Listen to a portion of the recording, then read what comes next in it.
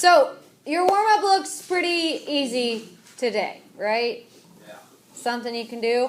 I want you to do this, though, without a calculator. So how do you add fractions without a calculator?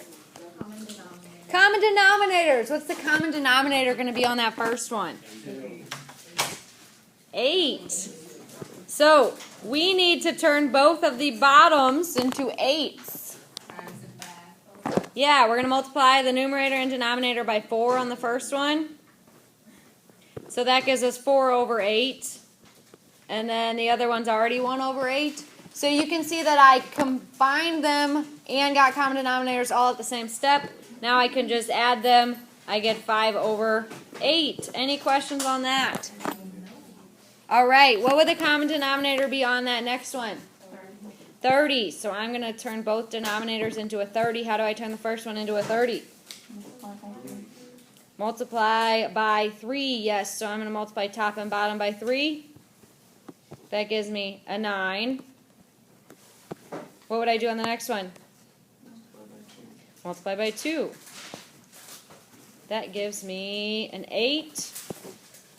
And then you can go ahead and simplify the top. That's 1 over 30. Now, I want to show you guys kind of a different way to think of common denominators than you might be used to. A lot of these you can just do in your head. If you did a factor tree for 10, it would be 2 and 5, right? And if you did a factor tree for 15, it would be 3 and 5.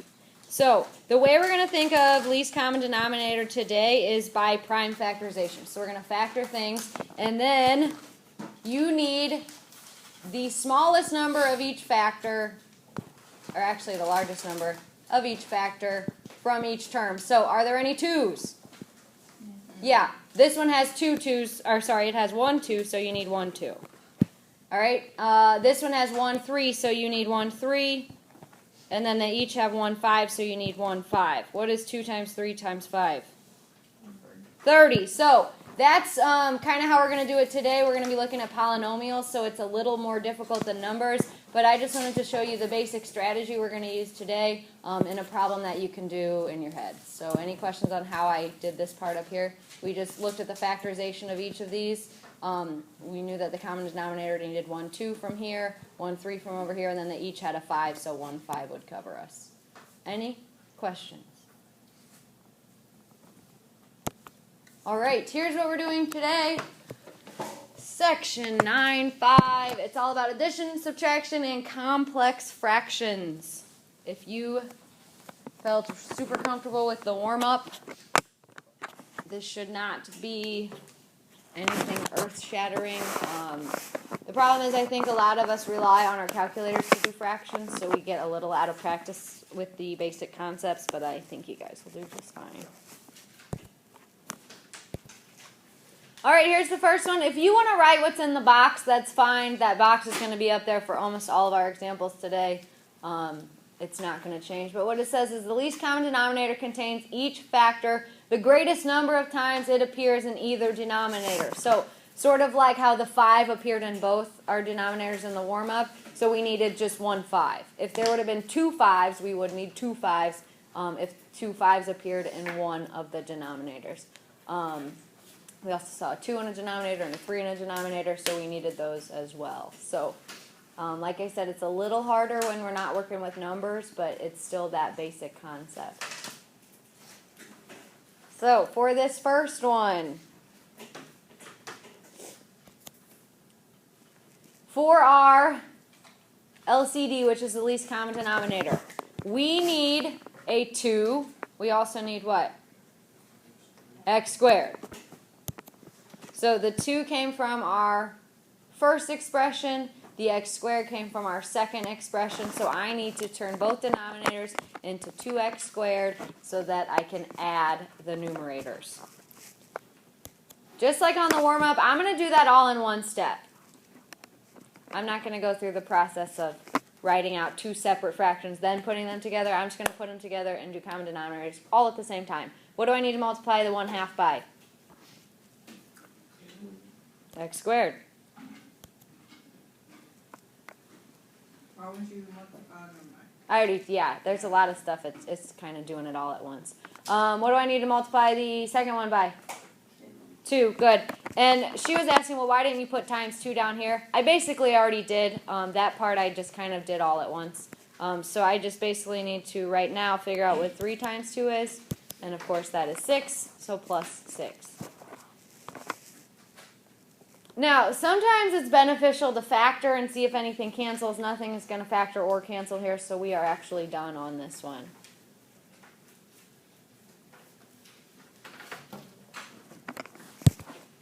The easiest way to find the common denominators on something like this is just to go ahead and factor both of your denominators. So I can factor a 2x out, and then it's 2x times x plus 3 from our second denominator. So now you can see they both have a 2x. So I need to make sure my common denominator has a 2x. It also needs an x plus 3.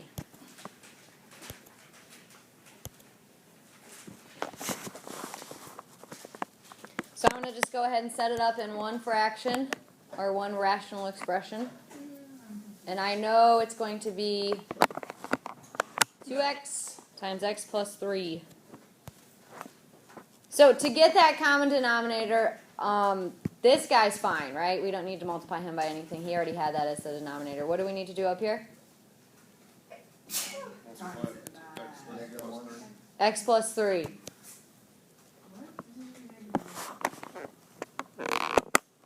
All right, we need to distribute that 3. What's 3 times x? What's 3 times 3? And then do I need to do anything to this guy? No, this was already the denominator of our second expression, so we're fine here. So we just have to say plus x.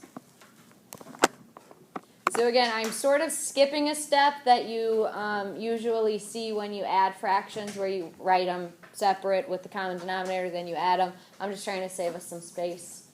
So I did it all at once. Now you can actually combine your like terms. Anything you want to do? 4x plus 9. Again, from here you can try to factor both, see if anything simplifies. It's pretty uncommon that something will simplify since these kind of get weird.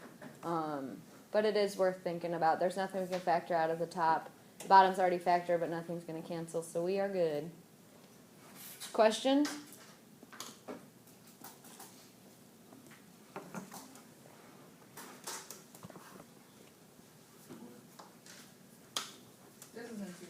Not too bad. All right, here's number 3. The hardest part is figuring out what that common denominator needs to be.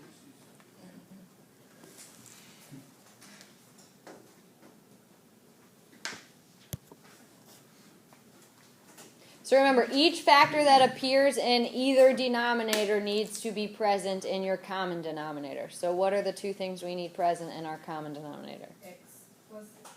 The x plus 5 part, X. and the x plus 1 part. So that's going to be our common denominator. Can we put them together? Like double distribute, Yeah. if you want. It's the same thing. All right, so what is this guy missing? X plus 1. The x plus 1. We already multiplied the bottom by x plus 1 to turn it into this. So I'm just going to think about what would happen when I multiply the top by x plus 1. Of course, we have to distribute the 3. So that's going to be 3x plus 3. Plus 2. What do I need to multiply this back guy by? X plus 5. Again, distribute the 4. 4x plus 20. Combine like terms. I see a 3x and a 4x. That's going to give me a 7x. I see a 3 and a 20. That's going to give me 23. The top does not factor. The denominator's already fine. If you want to double distribute, you can, but you're good if you leave it like that. The best thing to do, like I said earlier, is to factor whatever you can factor so you can see what makes up each of your denominators. The first one is not factorable. The second one is a difference of squares. So that's made up of an x plus 1 and an x minus 1. So what do I need in my common denominator? X plus 1, X minus 1. An x plus 1 and an x minus 1. Now, some people might say, well, you need another x minus 1. Remember, if it appears in both, you only need it one time. Or, like this says, the greatest number of times that it appears in one of them. So it's in this one once, it's in this one once, so you only need it once. All right, so that's going to be my common denominator. The 3x part's going to be fine because the denominator in our second term, our second expression was fine. The first guy, though, what do we need to do?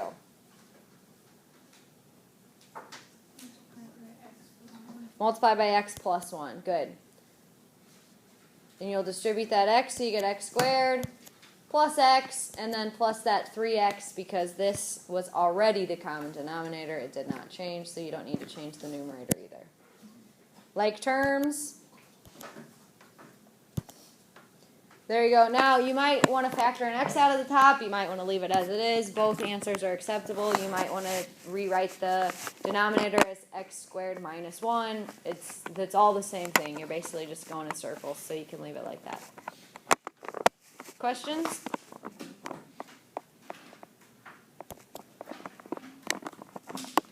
Number 5.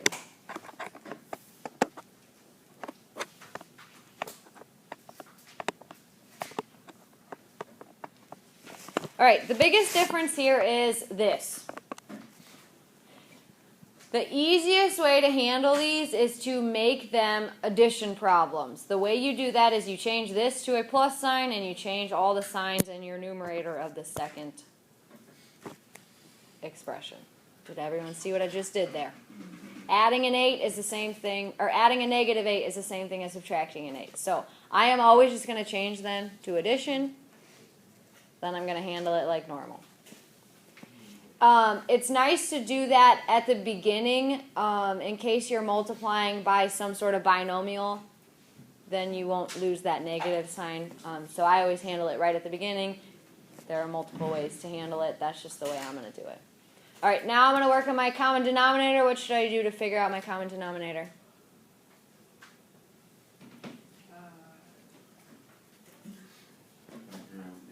Factor an x out. Good. Now it's easier to see that they both have an x plus 2. I just need to make sure this one also has the x. So my common denominator is going to be x times x plus 2. As we just said, the only thing that's lacking at the moment is that we need to multiply the first numerator by an x. So that's going to be 2x squared. And then the minus 8.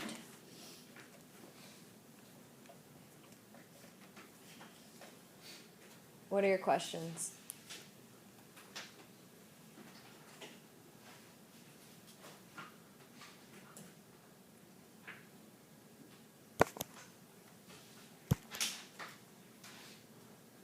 If you want to factor the top, you can. Honestly, if you would have left it as it is, I would have been fine with it. But if you want to keep going with it, you can factor a 2 out, and then you'll notice that x squared minus 4 is a difference of squares. And then those x plus 2's cancel. So just be careful of that. So technically that's the most simplified answer.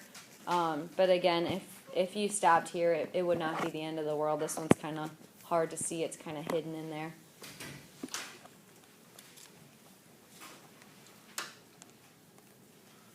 Questions? Just so you know, the book will always have this answer. So if you didn't factor and you're not quite matching up, it doesn't mean you're wrong. It just means you need to take it a step further. Questions?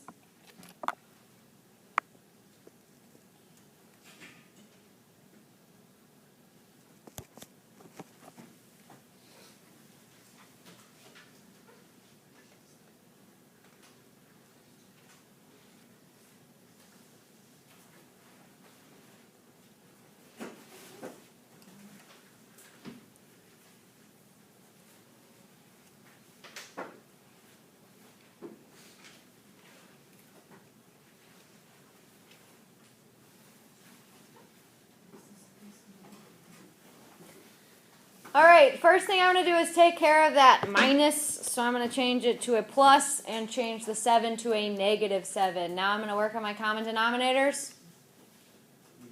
X plus 2 to x minus 2. Yes, so it's going to be x plus 2, x minus 2. So the only thing I need to worry about is the back. Okay, this guy, this second expression, we need to make sure we get an x plus 2 in there. So first one's just fine. Now, the reason I do the negative when I do it is so that now I don't forget that I have to distribute it with the 7. Sometimes if you leave it down here, you'll forget it in that second term. But again, we are distributing a negative 7, so it's negative 7x and a negative or minus 14. All right, we got some like terms to take care of. 5x minus 7x is negative 2x. And minus 14. You'll notice you can factor a negative 2 out of the numerator if you want. If you want to leave it like that, fine as well. What are your questions?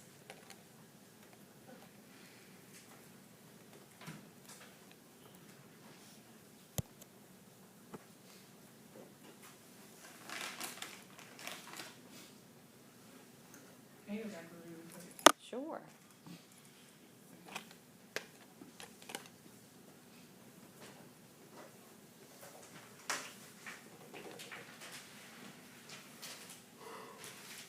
All right, back to this guy.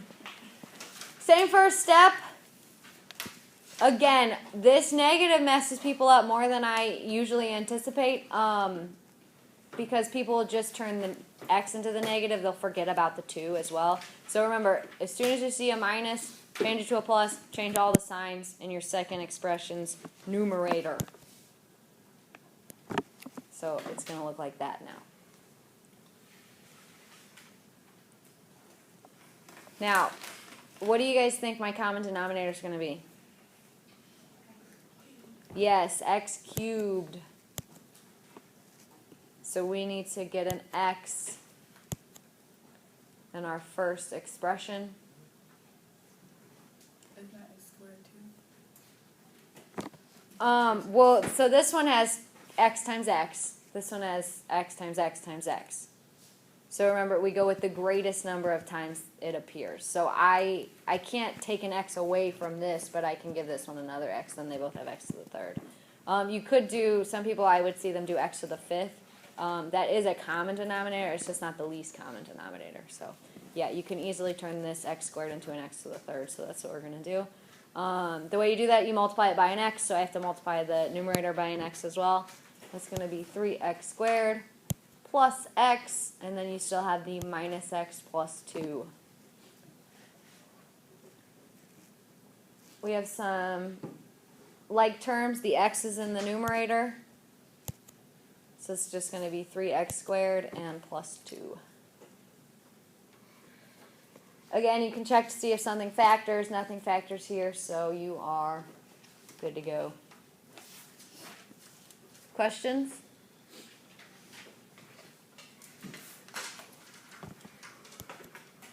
All right, anyone feel like they need another example?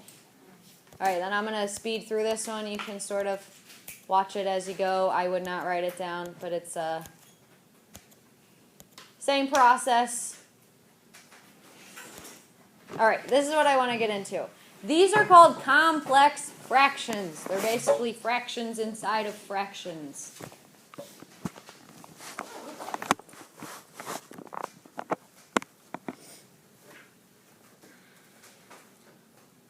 Give you a second to write it down. It's important that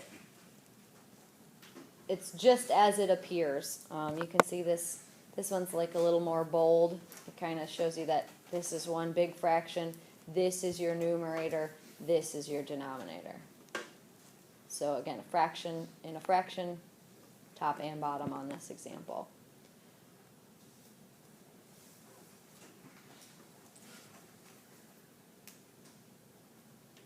Now, we all know that a fraction is another way to say division, right? Mm-hmm. So this is x squared over x squared minus 1 divided by 3x over x minus, or x plus 1. That's the easiest way to think of this. So I'm actually going to rewrite it as a division problem. When we divide fractions, we looked at those yesterday, right? What do we have to do? Flip the second one and change it to multiplication. So if you write it like that, it makes it a lot easier to handle. So this is kind of scary. This, not so scary, okay? Now we handle it just like a problem from yesterday. So I am going to factor and then cancel.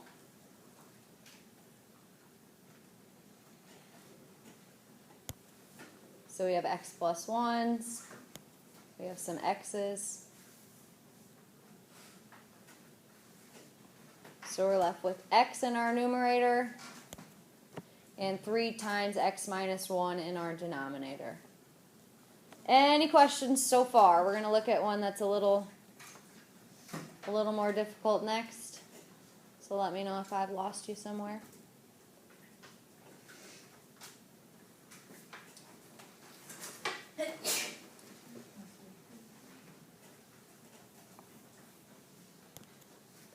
All right, number 10.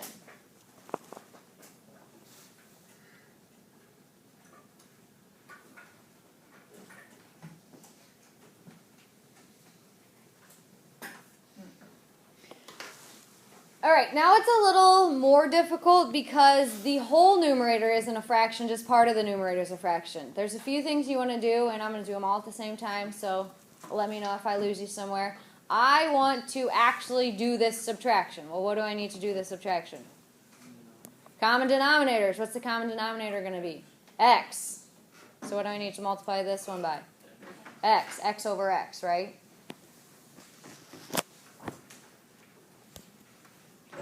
So if I multiply 2x, 2 times x, all right, I'll just... You are not very quiet. You're like a bull in a china shop. All right, I will take that. Thank you. All right, as I was saying, we want to actually do the subtraction in our numerator. So to do that, we need common denominators. The common denominator is going to be x. So I am multiplying the 2 by x over x, which gives me 2x. And then we have this minus 1, and then I just made the common denominator x. So I changed the original numerator into what you see there. Any questions? Now, I'm dividing by x. That's the same thing as multiplying by what? 1 over x.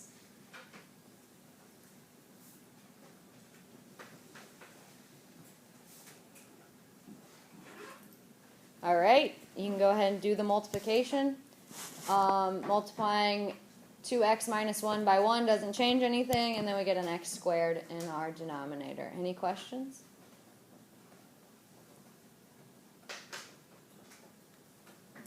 So it's basically like combining today's and yesterday's in one big messy fraction. Questions? All right, let's look at one more.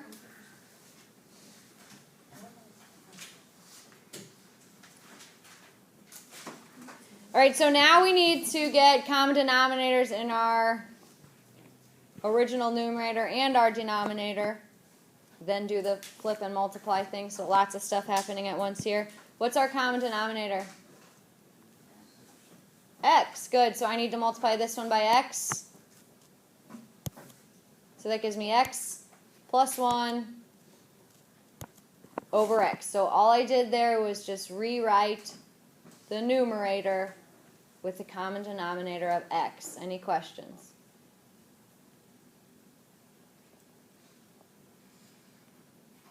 What's the common denominator going to be for our denominator?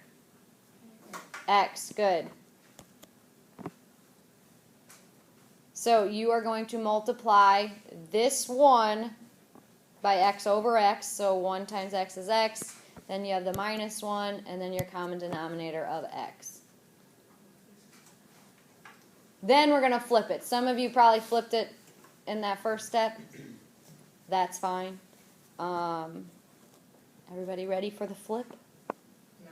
No? Okay, because it'll delete this step once we flip it. Whoa! It's like a magic trick. You guys aren't as impressed by technology as former years. All right, now what? Yeah, get rid of those x's. So you just have x plus 1 over x minus 1.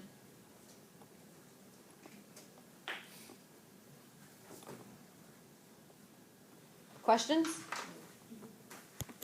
All right, here's your homework. For some reason, I forgot to put odd on a lot of the homework assignments on your green sheet, so just make sure you're doing the odds today. So here's your assignment. We are on a shortened schedule, so you only have about 10 minutes of in-class work. We are doing a lesson tomorrow, work day Friday. Let me know if you have any questions.